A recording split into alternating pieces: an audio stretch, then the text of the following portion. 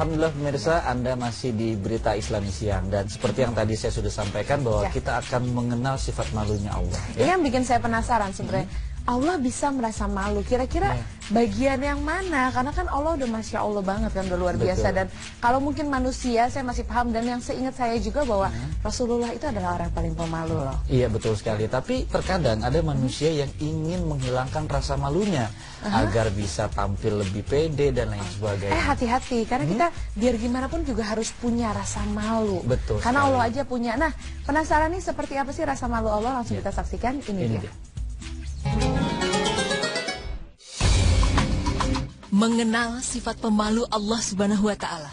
Pemirsa beriman, sifat malu seringkali dianggap sebagai sifat yang tidak baik oleh sebagian orang. Karena sifat malu dapat membuat orang kurang bisa mengekspresikan diri. Inilah yang menyebabkan sebagian orang berusaha menyingkirkan rasa malu. Di zaman ini sudah banyak orang-orang di sekitar kita yang hilang sifat malu. Baik itu malu pada diri sendiri, malu kepada Allah, dan bahkan malu kepada orang lain.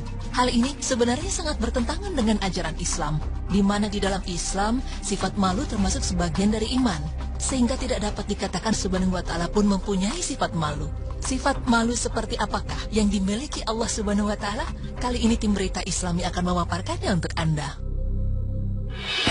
Pemirsa beriman, salah satu sifat Allah yaitu Maha Pemalu atau Al-Hayyu. Nama Allah Subhanahu wa Ta'ala yang maha indah ini telah disebutkan oleh Rasulullah Sallallahu Alaihi Wasallam dalam dua hadis yang sahih. Yang pertama adalah hadis dari Salman Al-Farisi bahwa Rasulullah Sallallahu Alaihi Wasallam bersabda yang artinya, sesungguhnya Rabbmu Allah Ta'ala adalah maha pemalu lagi maha mulia. Dia malu terhadap hambanya yang berdoa dengan mengangkat kedua tangannya kepadanya, kemudian dia menolaknya dengan hampa.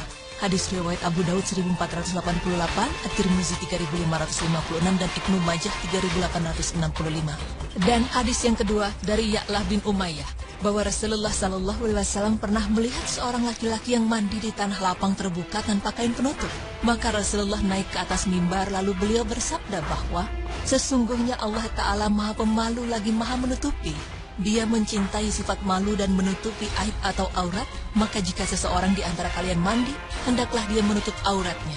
Hadis riwayat Abu Daud 4012, An-Nasai 406, dan Ahmad 4224. Berdasarkan dua hadis tersebut, para ulama menetapkan nama Al-Hayyu yang artinya yang maha pemalu sebagai salah satu dari nama-nama Allah Subhanahu wa Ta'ala yang maha indah. Namun, perlu kita ingat bahwa nama Allah yang agung ini menunjukkan bahwa dia memiliki sifat haya atau malu ini sesuai dengan kemahabesaran dan kemahasempurnaannya. Tidak sama dengan sifat malu yang ada pada makhluknya. Sebagaimana firman Allah Subhanahu wa Ta'ala yang artinya, maka janganlah kamu mengadakan penyerupaan bagi Allah, sesungguhnya dia mengetahui sedang kamu tidak mengetahui. Quran Surah An-Nahl ayat 74. Dalam hal ini, Imam Ibnul Qayyim menjelaskan bahwa adapun sifat malu Allah Subhanahu wa Ta'ala terhadap hambanya, maka ini adalah jenis sifat yang berbeda dengan sifat makhluk yang tidak bisa diketahui hakikatnya oleh pemahaman manusia dan tidak mampu digambarkan keadaannya oleh akal-akal mereka. Sesungguhnya, sifat malu Allah adalah sifat malu yang disertai kemuliaan, kebaikan, kepemurahan, dan keagungan. Maka sungguh Allah Subhanahu wa Ta'ala maha pemalu lagi maha mulia. Dia malu terhadap hambanya yang berdoa dengan mengangkat kedua tangannya kepadanya, kemudian dia menolaknya dengan hampa, dan dia malu untuk menyiksa seorang tua yang telah beruban dalam Islam dan para hambanya untuk mengamalkan sifat-sifatnya. Maka Allah juga memerintahkan agar kita memiliki rasa malu, suka berbuat baik, penyayang, pemurah, dan pemaaf, karena hamba yang paling dicintainya adalah yang memiliki sifat-sifat yang diridhoi Allah Subhanahu wa Ta'ala.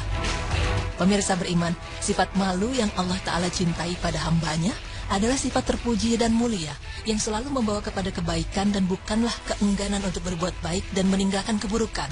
Dalam kitab Riyadhus Shalihin, Imam An-Nawawi berkata bahwa para ulama menjelaskan bahwa sifat malu yang sebenarnya adalah suatu perangai yang selalu memotivasi seorang hamba untuk meninggalkan perbuatan yang buruk dan mencegahnya dari sifat kurang dalam menunaikan hak orang-orang yang memiliki hak terhadapnya.